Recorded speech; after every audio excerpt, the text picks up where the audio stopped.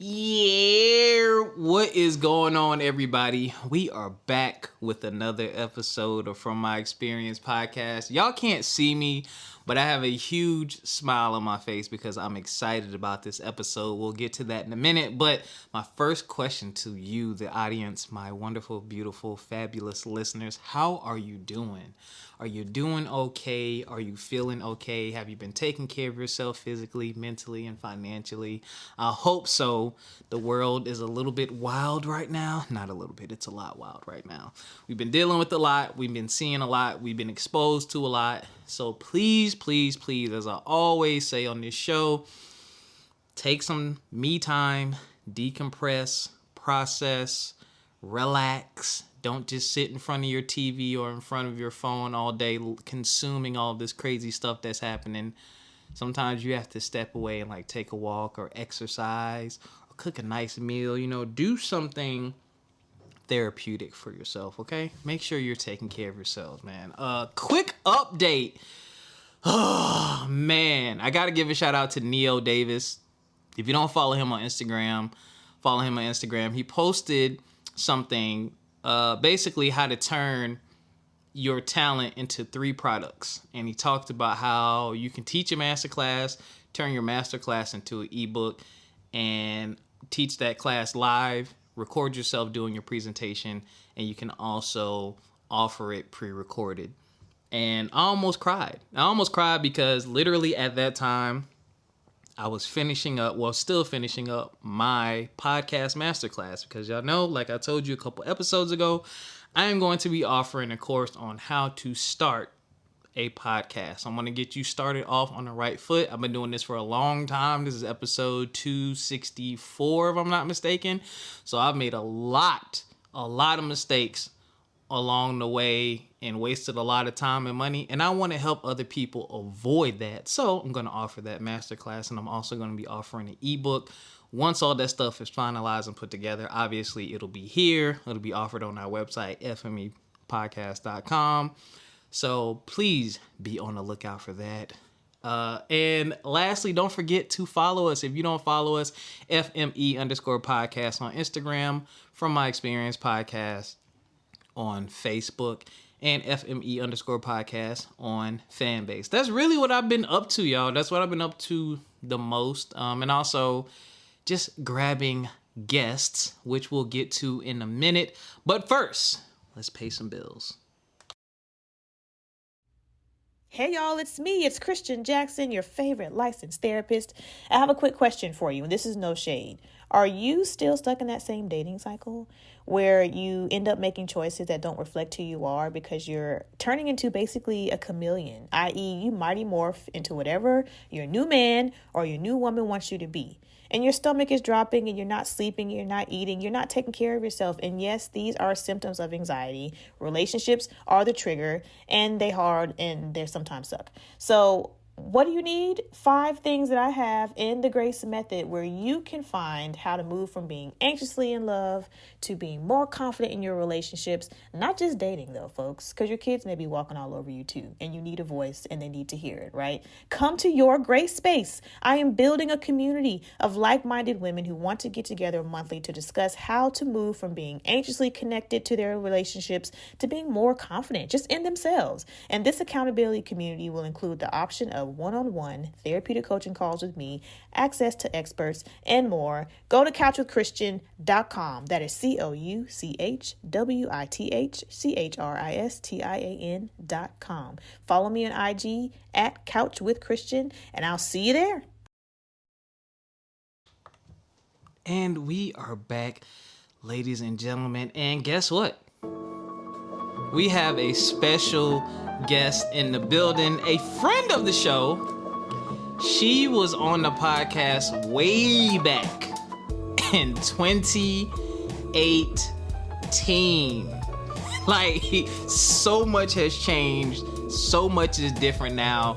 But she has been up to some spectacular things, and I cannot wait for her to share these things with you. But I need to give her all of her flowers. So, ladies and gentlemen,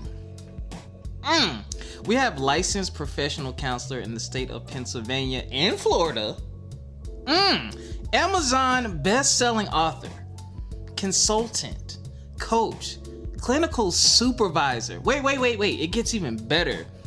She was awarded the 2022 Community Changer Award by Clinicians of Color. Best mental health services in Wyncote. Okay, in Wyncote, Pennsylvania for 2022. And Woman of Distinction in Mental Health Counseling for the state of Pennsylvania for 2023. Ladies and gentlemen, she is the owner and clinical director of McPherson Clinical and Consulting Services, Miss Jennifer McPherson.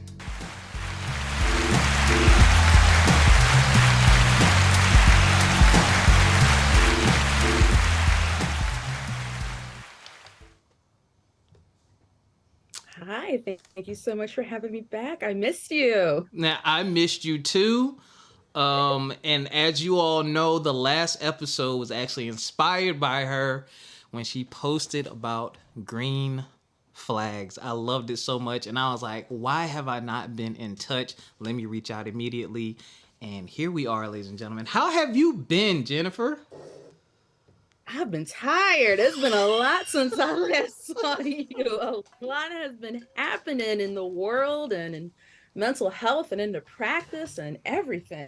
Oh, Yeah, when I looked at what you've been up to, and I looked at when we had our last conversation and everything that has happened in the world since then, I was like, oh my God, her career field must have changed. Well, I was teaching at the time, so I'm like, that's probably one career field that's changed far more than mine did at the time. And I could only imagine just the pivots and changes you had to make. So that is actually the question I want. Well, first of all, I'm sorry. How are you besides busy? busy, blessed, tired, and thankful to be here and thankful just to, get the word out about mental health. People think I'm a nerd, but this is one of my favorite things to talk about, mental health, but especially BIPOC mental health, because it needs so much more recognition and shine that it gets because it matters so much. What is BIPOC mental health for the people who don't know out there? BIPOC stands for Black, Indigenous, and People of Color.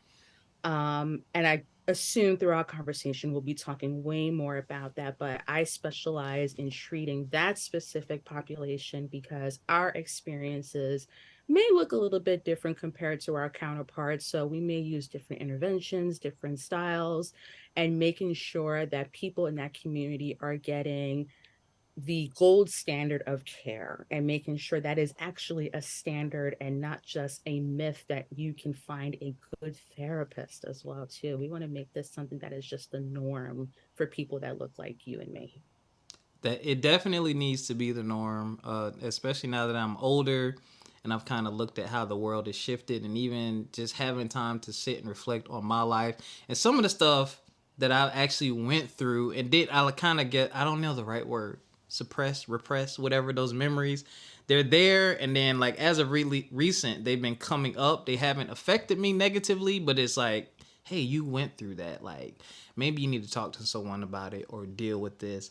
And now I feel way more open and comfortable doing that now because of people like you, and just because of how much mental health is just talked about and how much therapy and counseling and things of that nature are just encouraged instead of the, oh, let me bottle it up like be a tough black guy and, you know what I'm saying, just tuck my feelings in and man up. Like that stuff don't work. It doesn't work. And it's actually very unhealthy. So yeah, I totally agree with what you're saying. Like some of those experiences are just, they're just different and unique to us, and it would definitely be more beneficial to sit down with someone who can understand that. So yeah, thank you for the work that you do. So welcome. Thank you. Okay, the biggest question I have for you, honestly, just thinking about the last time we spoke, which was 2018, since then the pandemic happened. The world shut down and people had to just be at home, and that just created I think that was just eye opening and it created so many problems for so many people. Just, I think the financial burden is what really crushed people because businesses weren't prepared to compensate people for work that they literally couldn't do. And everyone had to shift to a digital model, and there's like another technology boom, and people are really just trying to figure a lot of things out. I'm so thankful to God that I just happen to be in a profession where they're like, hey, we gave everyone computers, you already have a computer, here's this software, you're going to teach like this just from the comfort of your home. Cool. So I wasn't as deeply impacted as some other people, but and I'm an introvert too, so like that was almost like heaven for me. Like like I could just teach in my pajamas. I don't have to be around people. Oh my goodness, I loved it. But I could only imagine what that could have been like for people who are social butterflies or people who needed to go out to get things done to make a living for themselves, and people who may have been in, you know, counseling sessions or seeing therapists and things like that, and now it's like, okay, I can't come see you, now what? So those are just some of my thoughts. But how did the pandemic impact what you do? So transitioning to solely telehealth during the pandemic was actually kind of easy for me. When we last met, it was 2018. And I think at that time, I was still working full time in my full time job. And I had just started my practice part time. And my practice at the time was completely virtual. And back in 2018, therapists were so against virtual models. It was something that was taught, it had been researched. We saw that it was just as beneficial as in person care, but people were up in arms against it. And I was virtual because I was just starting out. I worked full time. My office was the spare bedroom of my apartment, but it also increased access for me to see people who may wanted to see me after they got off of work. Maybe they had kids, maybe they were another part of the state from me. So I was very used to telehealth. And then in 2019, I went hybrid where I did a blend of in person Mm-hmm. and a blend of telehealth. So when 2020 came and the pandemic hit, most of my clients, I want to say about 90%, had some exposure to telehealth or seeing me on the computer at least one time. So when I had to make the call and say, hey guys, it's kind of dangerous because we don't know what's happening with this virus and we're going to go telehealth, everyone transitioned very easily. The downside of that was that now that we know that COVID took a toll on people financially, emotionally, mentally, and physically, I swore at the beginning of COVID that my business was going to go down the drain. I had just quit my full time job. I was going into private practice full time. I'm like, this is all I'm going to do. But the opposite happened. Business boomed, and I could not keep up with demand. I think the early stages of COVID, I was getting about 50 phone calls and emails a week What? at to come in. And it was just me at the time. I didn't have other therapists. And I'm just like, what am I supposed to do? So many people need therapy and I can't do it. So I knew that I always wanted to have a group practice. I just didn't really plan when. So I was like, okay, this might be the time to expand to a group practice and have the option of people working remotely until we can safely see people and we figure out this whole COVID thing. So the group practice was actually born out of COVID. And we're what, in 2023 now? So about 3 years later, there's not just me anymore. There's six of us. Wow. We are all BIPOC clinicians. Right now, we are all women. And we do a hybrid model. It's safe enough to see people in person from our office in Winco, but we still offer the virtual model because we service people throughout the entire state. People have known us as being a BIPOC focused practice and an LGBT friendly practice as well too. So we attract people from all over, and we're doing the work, and we're just making sure that people get the care that they deserve, and that should be the standard and the norm for them. And I'm so proud of my team. I love them to death. I want to spoil them to death because they have the same passion that I do, and they do some amazing things day in and day out, taking care of people. I got to give you a round of applause. Hold on.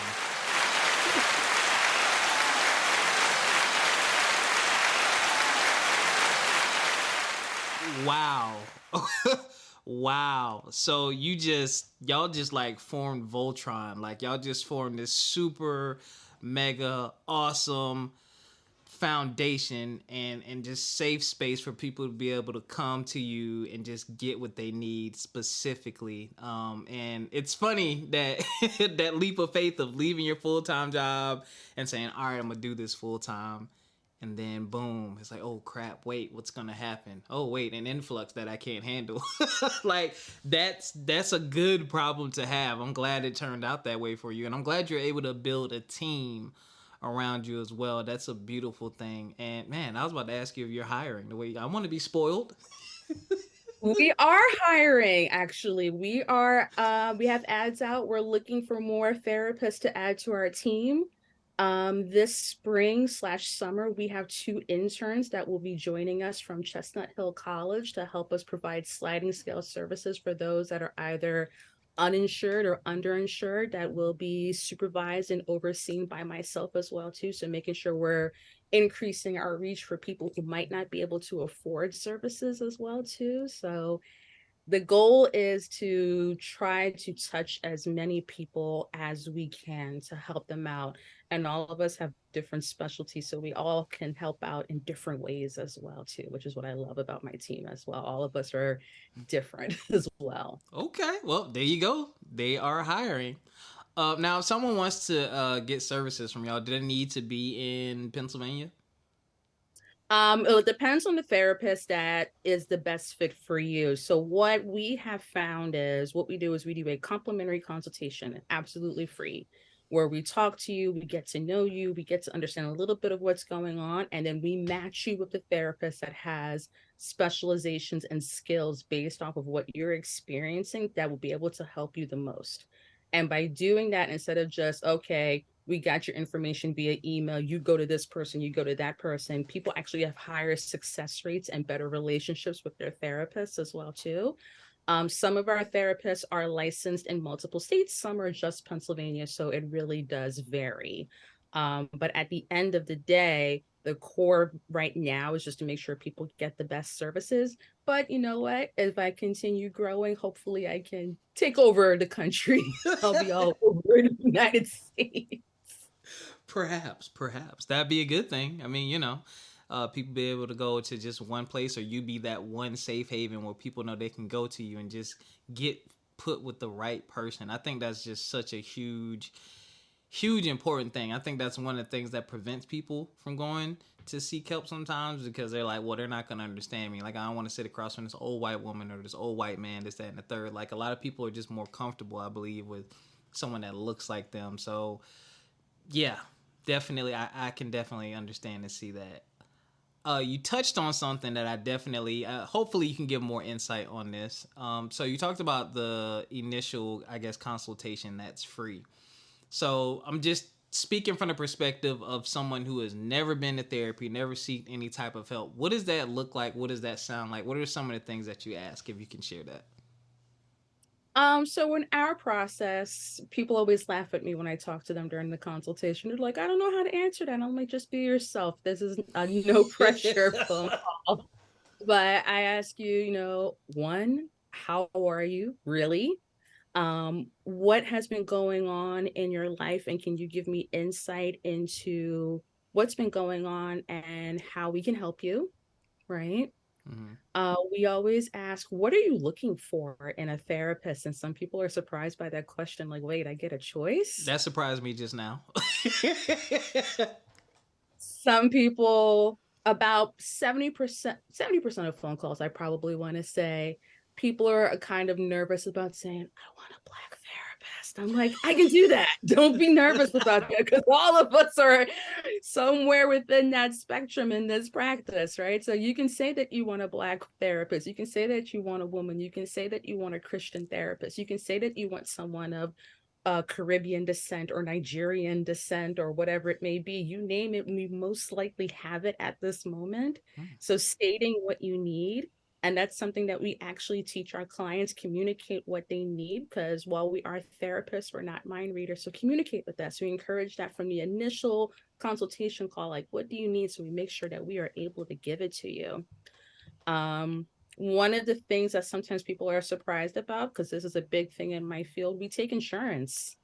So I'll Okay. ask, do you plan on using your health insurance? And if so, what is your health insurance? And okay, this is your health insurance. We're going to verify your benefits for you to see what is covered so that you have full disclosure about what you are responsible for. And we don't charge for that either. And we give you that information for you to use it however you may need to use it currently or in the future, as long as you still have that same insurance plan. And then once we do kind of like all of the logistics, we also figure out, okay, well, what does your schedule look like for sessions? Right now, the new question is, do you prefer in person or virtual, since the world is kind of opening back up a little bit? Yeah. And we get people set up for their first session. And I may answer questions like, what questions do you have for us? And some people are taken back, like, wait, I can ask you questions. I'm like, of course you can ask me questions. I'm like, I've never heard of such things, but okay. Like, if you've never been to therapy before, you might ask me, what is therapy like? I'll do my best to explain what therapy is like. The person you're matching me with, what are they like? I'll explain what they're like, and I'll give you a link to their bio so you can see their face and learn about them before you actually get to see them as well too. So starting by really making people comfortable with the thought of therapy before they have their actual first session, I think is so important, because this field is already, one, so stigmatized, and two, it's even more stigmatized amongst people of color. And creating that comfort really sets up a great relationship and a great view of therapy from the jump, man. Wow. I feel more open just listening to what you just said. That's so warm and inviting. So those of you out there who've been on the fence, you're scared, you don't know, maybe, possibly, I don't want them in my business. You just heard it from an award-winning licensed professional counselor. Okay, it's a nice, warm intro. And honestly, it's necessary. I think one of the biggest benefits, because I've had therapy sessions, is just being able to open up unapologetically and just let it out without fear of judgment, without fear of it coming back up later in some type of argument or it being weaponized against you. Just being able to speak freely about what's going on in your mind, in your heart, whatever's going on with you, is a great feeling. So there you have it. I really hope that y'all take advantage of this, if you need it. And if it's not you, recommend somebody else. That's really dope. And you touched on, man, do you have a copy of my notes? You touched on something that I'm going to give you a chance to really let loose, because you touched on it. What are some misconceptions, or what did I ever? Yeah, what are some misconceptions that you want to clear up about what it is that you do? Because, like you said, like there's a lot of people have opinions. Everybody has an opinion now, but not a lot of the facts. So, what are some common misconceptions that you hear, that you know of, that just aren't true when it comes to what you do? Oh man, it's gonna be a long episode. We're gonna be here all night. Um, Top five. Top five. Top five. We are not mind readers. While we do deal with the mind and sometimes the brain, depending on our training, we can't know what people are thinking. So that's why we encourage open communication. And by having open communication, it really starts off with the relationship. So therapy at its core is really about a relationship with a professional that is able to be objective about the things that you are experiencing. That is first and foremost. I think number two is that therapy, there is a level of confidentiality when it comes to therapy. We can't go out on the block and tell everybody your business right now, but there are ways in which we do break confidentiality, but it's more so for safety concerns. Like if you are at risk of harming yourself or anyone else, Mm-hmm. all of us are mandated reporters. So if there's real or suspected abuse that's going on, we are legally mandated to make those reports in order to keep everyone safe and get people help. Um, in weird situations, if records are subpoenaed, sometimes we have to divulge that information, sometimes we don't. But for the most part, therapy is between you and your therapist. So it really is a safe space. Whereas, you know what, maybe there are some things you can't talk about with your partner, your friend, your family, or whomever it may be. This time and space is for you to get that stuff out in the open, no judgment, with someone that you have a relationship with and someone that can understand where you're coming from. So I think that would be number two. Number three, there are therapists that do take insurance. We're a little bit harder to find, but there are therapists that do take health insurance. And the reason why it might be hard to find a therapist that take health insurance is just because insurance companies don't do right by medical professionals in general, but they really don't do right by mental health professionals in general. They make it really, really hard for us to even get set up with insurance. So some people don't even want to deal with the hassle, or you know what, they might not be reimbursed adequately for their time and skill. But there are therapists out there that do take insurance. Another misconception is that, you know what, it might be impossible to find a therapist that looks like you. It is hard. I'm not going to lie about that. Currently, the last time I looked at the statistics, I think that Black therapists make up about 4% of the mental health field. What? Which is very low. But there are so many more people going through schooling and getting trained and getting supervised and getting licensed that that number is starting to grow. Good. And by no means am I supported by this website that I'm about to drop. But if you are looking for a therapist of color, I love therapy for Black girls. Even if you are a guy, you can use it as well too. But that is a great place to find a therapist of color, because it is dedicated to having a directory that features only therapists of color, so that you can find someone that maybe you resonate with as That's well dope. too. What was that? 4? What Yeah. number am I on? 5. Last one. Last one. That you have to be crazy to go to therapy. I hear that one a lot. No, you don't need to be crazy to go to therapy. You are human to go to therapy. Being human is hard. Yeah. Being human doesn't come with a handbook. So sometimes we just have these very human moments that are very hard. As a therapist, I've been to therapy myself. I'm not ashamed to admit that. And sometimes we need someone else to help us through those very human moments that we might be struggling with. And that help is available. And that the more that we learn how to access it and normalize it, the better that care can get for everyone. There you have it, ladies and gentlemen. Debunking the misconceptions, okay? And if you don't know, ask questions. I'm pretty sure you're linked to somebody on social media that does this, or you probably know somebody. Ask the questions. That's highly important. That's why I ask these types of questions on the podcast. I don't know, and this is why I reach out to professionals and have them on so they can give you all the information and also give me the information, because I don't know. And I don't want to assume, because you know what they say about assuming. I'm going to leave that right there.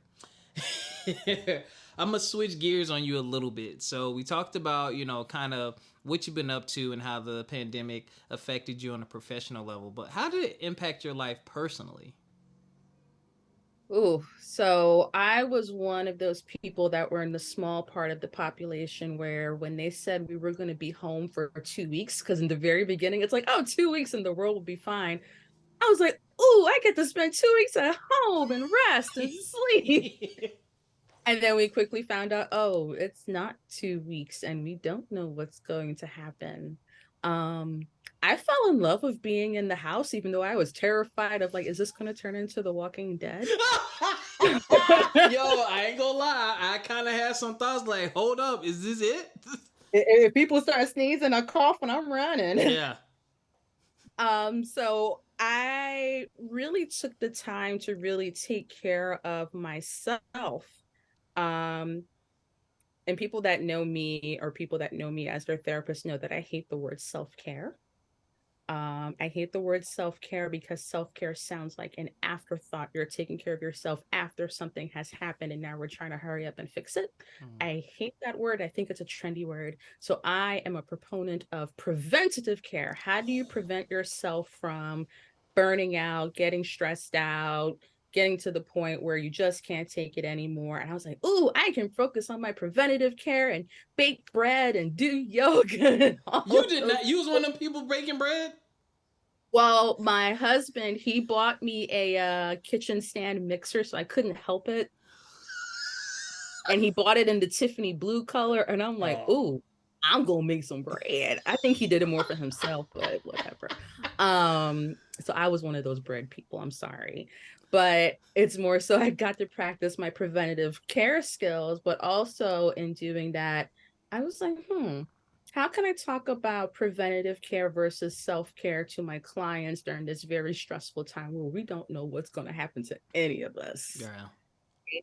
And that is why a lot of my clients know me as saying, I hate self-care. I hate the word self-care. I hate the whole trendiness behind it. And everyone should have a preventative care plan about how you live your life and take care of yourself on a regular basis. I mean, doctors talk about preventative care when they talk about get 7 to 8 hours of sleep, drink enough water, exercise, have a healthy diet, drink in moderation, blah, blah, blah. Why can't we have a preventative care plan and mental health as well too? Because everybody's too busy trying to do what's trending and what everyone else is doing. And it's funny. The podcast is the only thing I make an exception for. Tuesdays is my, I'm going to use your word, preventative care day. I don't do anything laborious on Tuesdays. Like, my phone is on do not disturb the entire day.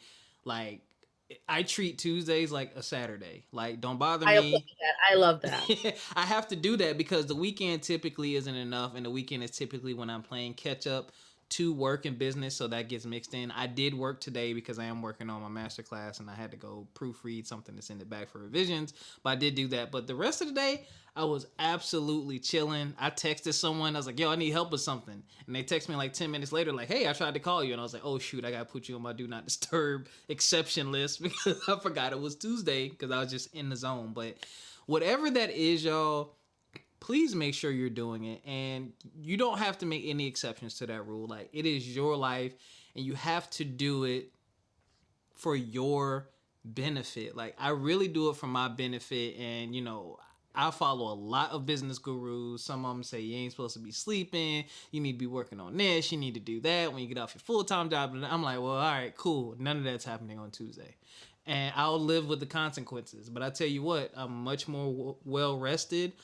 I have my stress load is a lot lighter, and it just feels good knowing that I can wake up on that day knowing I don't have to overdo it. Because if I'm going all the time, I never feel like I can stop, and it becomes unhealthy, and it's caused problems in other areas in my life. And now it's something I recognize, and I'm like, yo, I'm just gonna pick a day. I don't know how it ended up being Tuesday, but I was like, I'm gonna pick a day where, like, it's my day. It's my day. Sorry, it's my day. You'll get over it. You can get at me tomorrow. You'll be fine. So whatever that thing is for you, please do that, y'all. Please do that.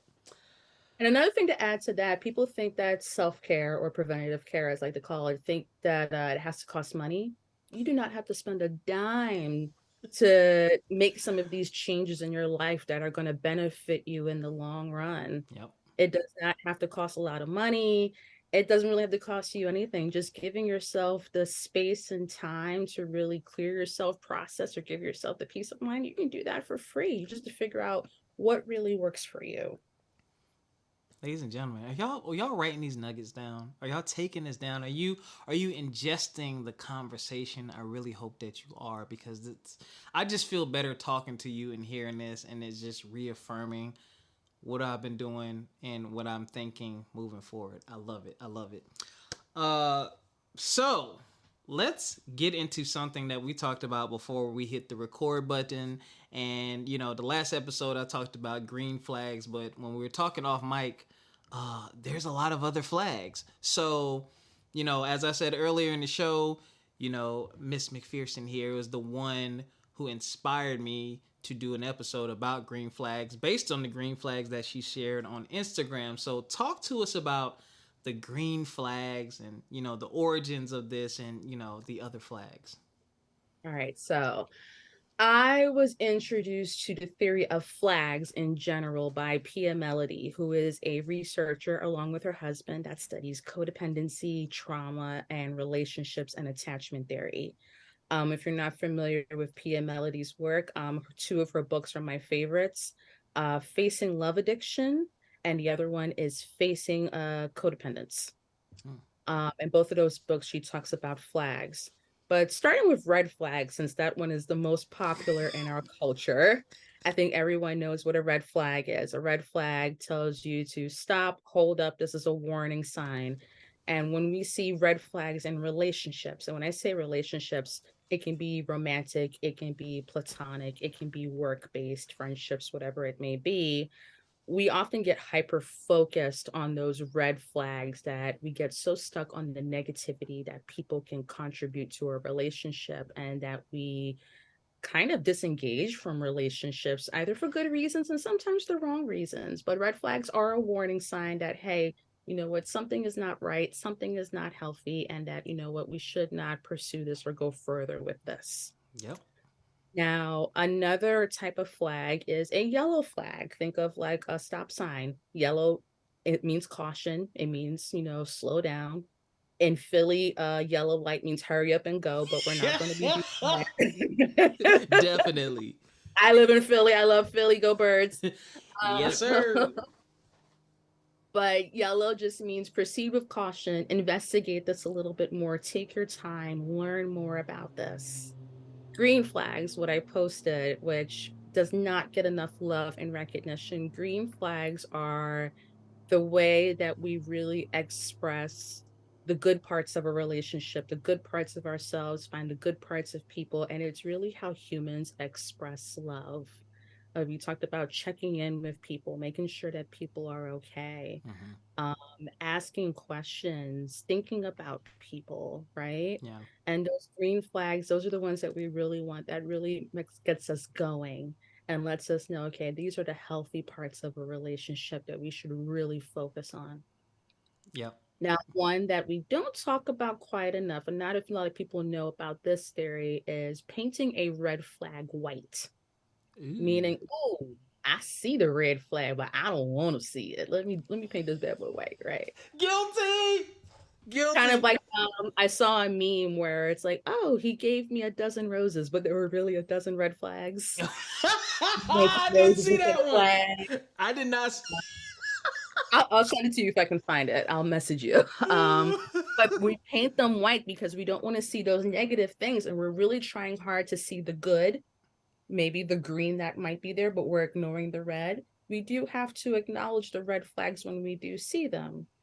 But we also need to acknowledge other flags as well, too, because I think as a society, we've gotten so hyper-focused and so closed off from connection that we've kind of forgotten how to connect also during the pandemic by looking for the negative and the bad as well, too, in order to heal from the pandemic, because this was a communal trauma that I think that we all experienced. We need to learn about the things that can help us heal from that trauma. And part of that is learning about the good parts of other people and society in general. 1000%. Thank you for sharing that about the flags. Y'all stop painting these flags white.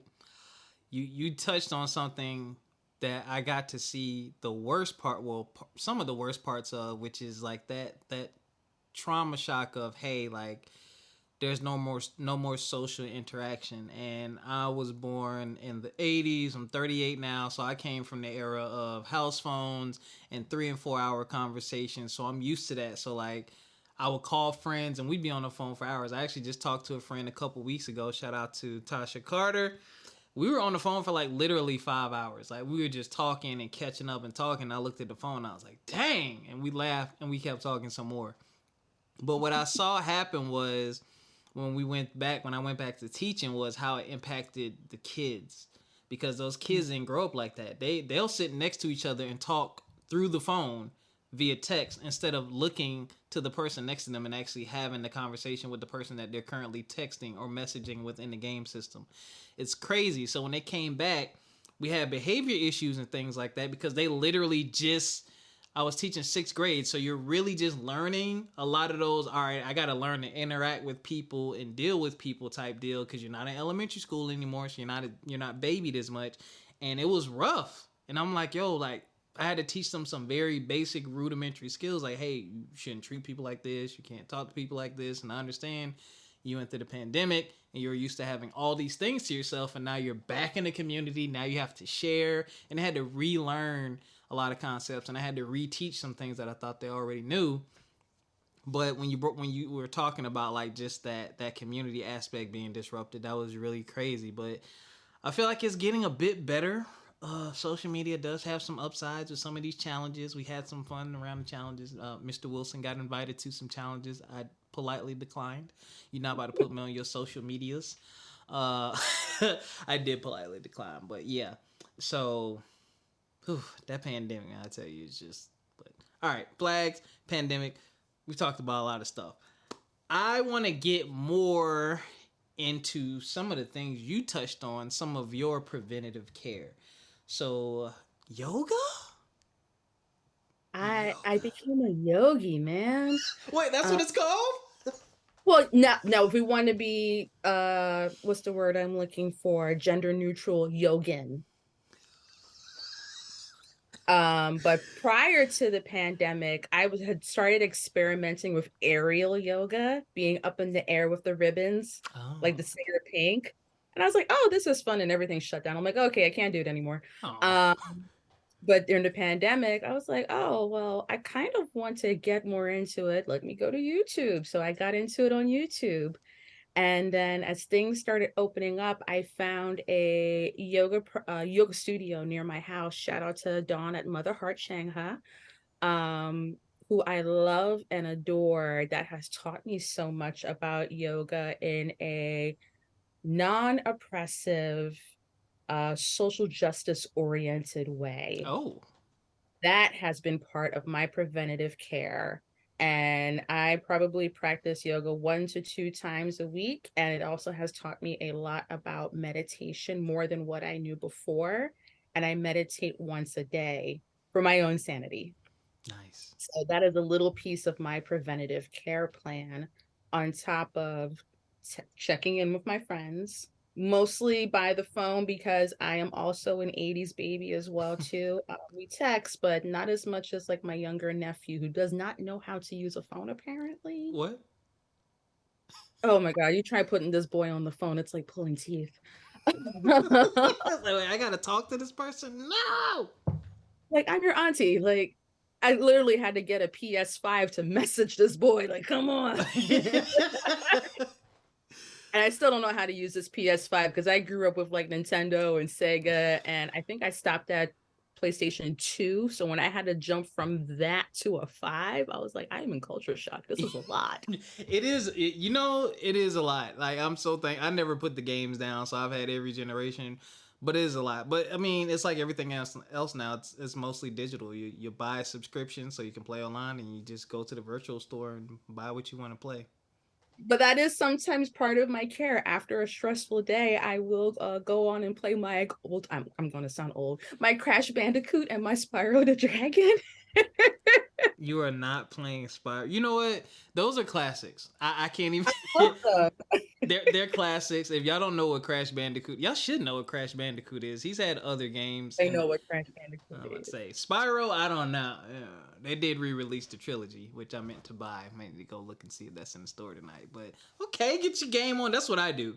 I'm a huge gamer. Not as much as I used to be, but yeah, that is my release. And people always say, I can't believe you do that, and you're so old and blah blah. I'm like, yo, one, it's inexpensive. Two, well, not that I'm old, but it's like you're too old for that. Some people think it's childish, but I'm like, it's inexpensive. I can do it from the comfort of my home. I can play with friends, and most of the time we're having like real life conversations while we're gaming. And it's fun. It's an escape. It's a nice escape. I get to see universes, and I get to enjoy the art. Like that's the other thing people miss with gaming. Like someone sat down and conceptualized this thing and built a team and they put this thing together and now they're presenting their art and telling a story to you that you get to jump inside of and be a part of. That is the dope part of gaming. Like I love cinematic experiences within my gaming. So y'all got me going deep here, but I'm gonna stop there. How was acupuncture? I was terrified at first. I'm not gonna lie to you because I'm like, oh, you're gonna put a bunch of needles in me. But they're the tiniest, skinniest little needles. You don't even feel them going in, to be very honest with you. Hmm. And I have been doing acupuncture almost 2 years now. What? Yeah. How often? I go about once a week. Shout out to the Barefoot Doctor also in Philadelphia as well too. She offers sliding scale services, and she is someone that is also very trauma informed about help. Yeah, can't talk about helping people that may be dealing with mental health issues and how acupuncture can really assist with the healing process with that as well too. So I started doing acupuncture, full disclosure, for anxiety. Hmm. And I'm like, I'm just gonna try because I read about it, I heard about it from other people. I'm like, how are these little needles gonna help me? And she was like, okay, give it a few sessions because your body has to like get used to it, of course. So I gave it a few sessions, and that is why I go once a week, because being a therapist can sometimes be hard because I am primarily a trauma therapist. So I hear people's trauma day in and day out. So in Yeah. order to decompress and take care of myself as part of my preventative care plan, acupuncture is also part of my plan that I make sure that I do on a regular basis to help minimize my stress Mm-hmm. so I can be present for my clients, my friends, my loved ones, and myself. I know that acupuncture is not for everyone. It can be a little scary, but for people who might not like the needles, there is acupressure, pressing on certain points of the body Mm. to give you that release and that stimulation as well too. So I do recommend that as well. Another thing that I learned from my acupuncturist is seed therapy. Um, Okay. I know this isn't a video podcast, so the people can't see that I have like these little sticky things inside my ears. I don't Oh, know if you can see it on I can camera. see that. They're little seeds, What? and tiny little black seeds, and they stay on for like 3, 4 days. But they put them in the ear because there are certain points in the ear that can connect with the brain and slow down the production and the flow of cortisol, which is the stress hormone, and Ah. relieve anxiety and depression and stress. And there's other points in the ear that they can use, like for certain autoimmune disorders and health issues as well too. What?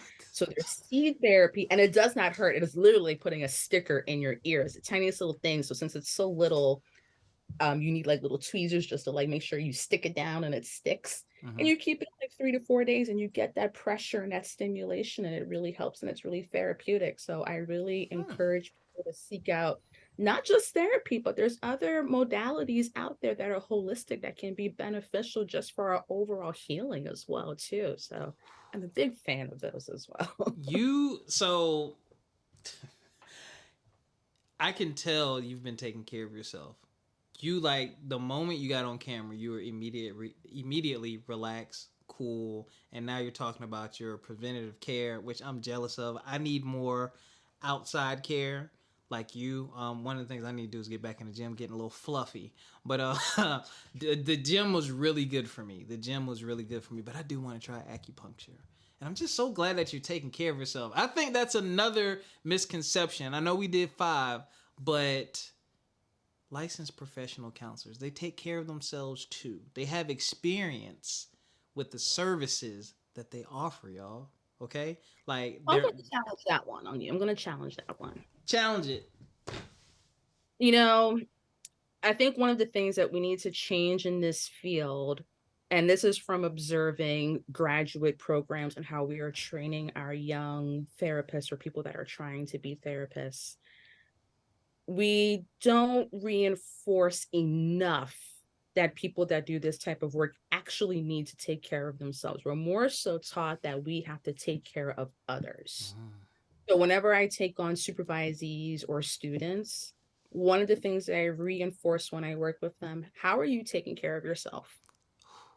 What is your preventative care program? Because I promise you, if you do not have one, there will come a time that you will experience burnout and you might not want to be in this field anymore.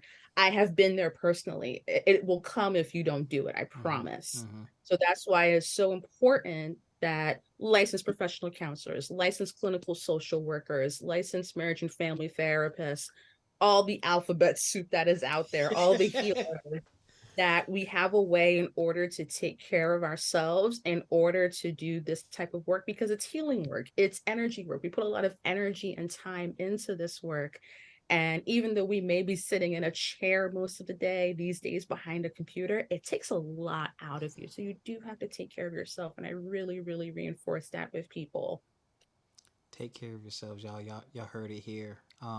You answered another question. Well, you partially answered a question, another question that I have, which is, you have your acupuncture, you have yoga, but what else do you do to kind of decompress and just deal with? Because you're hearing trauma. I could imagine the stuff that you hear and the amount that you hear, and then you're humans, right? So you can't just go home and be like, oh, hey, how was your day? Like, you carry it with you. So what are some other things you do to make sure that it doesn't become too personal, or I guess, what am I trying to say, so that it doesn't, like, what are some other things you do to prevent that burnout, or to say, I don't know if I want to do this anymore, or I can't take another conversation like this, because just not being in your field, sometimes that's tough, just day to day, when you have those friends who just, we for lack of a better term, just dump on you. Like, they just call you and give you all their problems and everything that's Emotional wrong. dumping. Huh? Emotional dumping. Yeah, like, what are some good, what are some other things you do to deal with that, and what are some things that we can do on our end? Even though I am a therapist, I think I mentioned I have my own therapist. Mm-hmm. I am licensed so I can practice independently, but I still have a relationship with my clinical supervisor from when I was pre-licensed. Wow. So if ever there is an issue that I need to process and discuss with her that is more in a professional matter, I still have access to her. Shout out to Wendy. I love you to death. I journal. If you could see the stack of notebooks that I have, Rite Aid and CVS and Walgreens, I've gotten a lot of my money just in stationery. I am an avid bookworm, whether it is an Audible book or a regular book. And I also do this thing that I encourage with my clients: understand your circles, understand who is worth your vulnerability and who is not. Mm. Just because someone is not worth your vulnerability doesn't make them like not a good friend. They can still be your friend, but the people that are worth your vulnerability, those are the people that I tend to open up more about. Like, hey, I had kind of a rough day. Can I talk to you while I'm driving home, and you let me know if this is too much and if I need to shut up or anything? And sometimes me and a friend or two, we will be on Bluetooth while driving wherever we are, just talking and processing about how we are feeling. And if I can't do that with a human, that's why I have all of my journals. Um, Another thing that I have found, which this is not everybody, but I wanted to be able to give back in a different way outside of therapy. So we talked a little bit about this before we recorded. I wanted to do something of service that mattered, and I could not find anything outside of being on a board, which I did not want to do. Sorry. All that responsibility. All that responsibility and have to put on regular clothes and everything and be boring. Um, Regular clothes suck. I wanted to do something that mattered to me, and I am an animal lover. So I volunteered with ACCT. It's an animal shelter here in Philadelphia, and I became a foster mom. And I fostered this beautiful little kitten named, her first name was Nammy, but I changed it to Naomi Campbell. She was born on my birthday last year, and I think it was just meant to be because she was just born on my birthday. And that was a way in which I wanted to give back, taking care of this tiny little thing that was so different from taking care of people in a different way. And she has been formally adopted since October. So that is also how I take care of myself, finding ways to give service that is a little bit different from the field that I am in. Sorry, I was playing a round of applause while you're talking. Go ahead. Oh, that cat. Tell us the story about that you shared with me in your questionnaire about how it was when you first adopted your cat or I, Naomi. I I forget exactly what I typed, but her backstory, she was born on my birthday, which Mm-hmm. is July 8th, and that was a Friday. And from what they told me when I went to go pick her up, was that she was found in the middle of the night by an animal police officer. And I'm like, how did he find this little cat? She was the size of my thumb in the middle of the night, and she's dark. She's black and gray. I'm like, how did you see her? How did you find this one solitary kitten?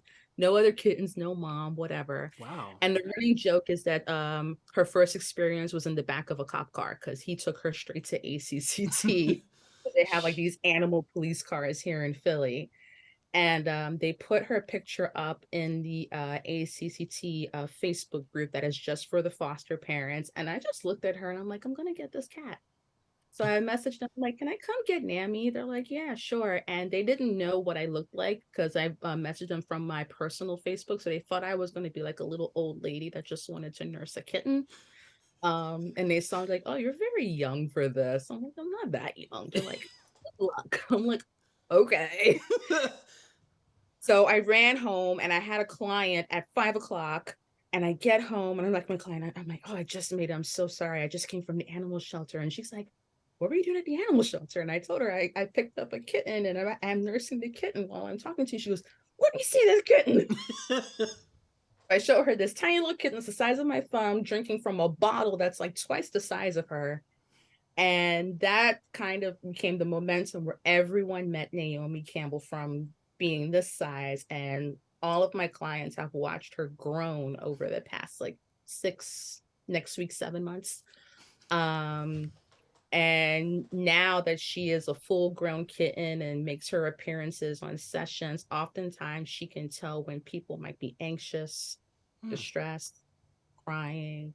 And I think it's cute. And a lot of my clients think it's hilarious. They're like, if I start crying, is Naomi going to pop her head in the camera? Like, probably.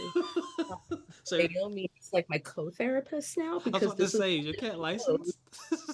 she needs to be. She needs to finish her hours because I think this is all she knows. She knows yoga, meditation, and therapy.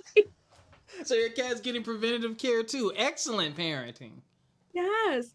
I mean, outside of like the Cardi B, she do like her some Cardi B, but yes.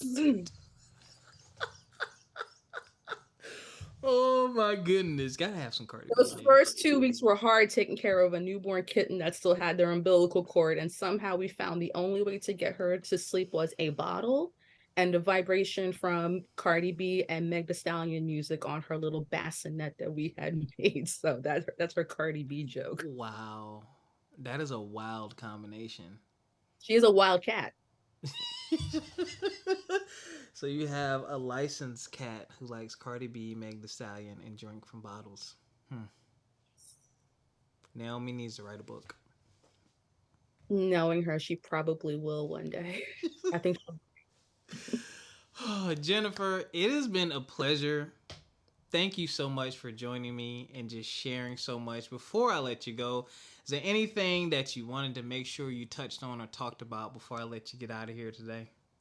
I do have one thing, and I think this podcast will probably air after our first event. But in regards to me mentioning taking over the United States, I have started a meetup group.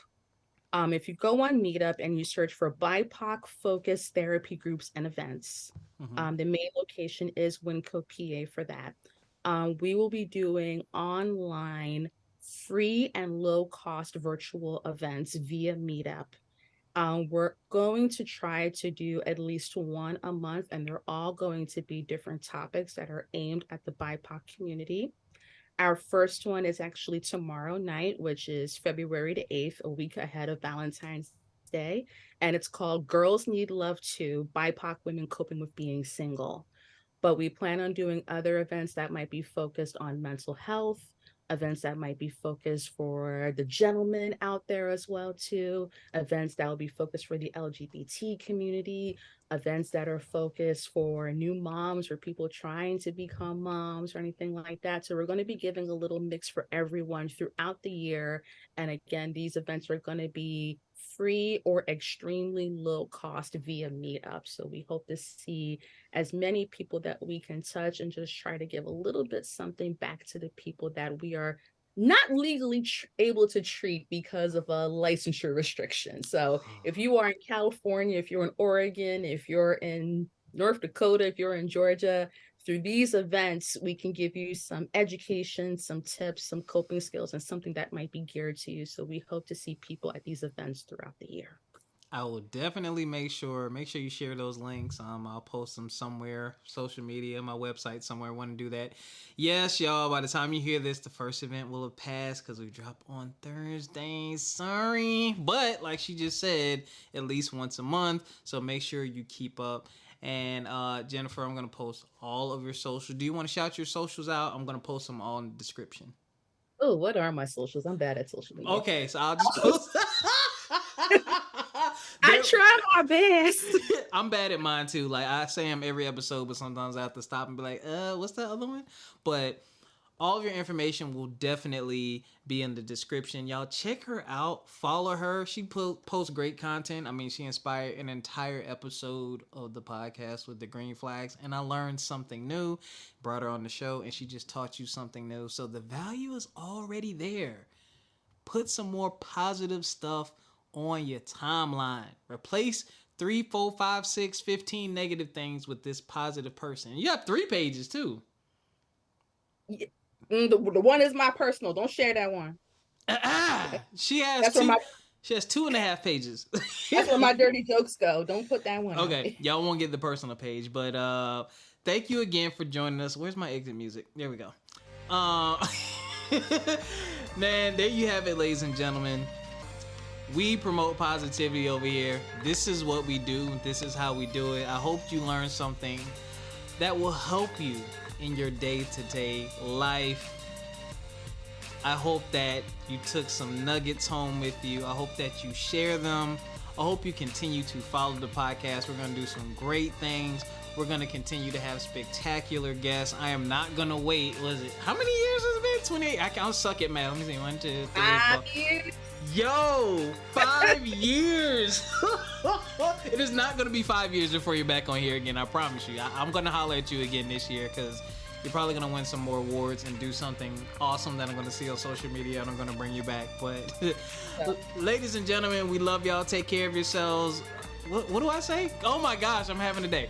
Take care of yourself physically, mentally, financially, and we'll catch y'all next time. Peace.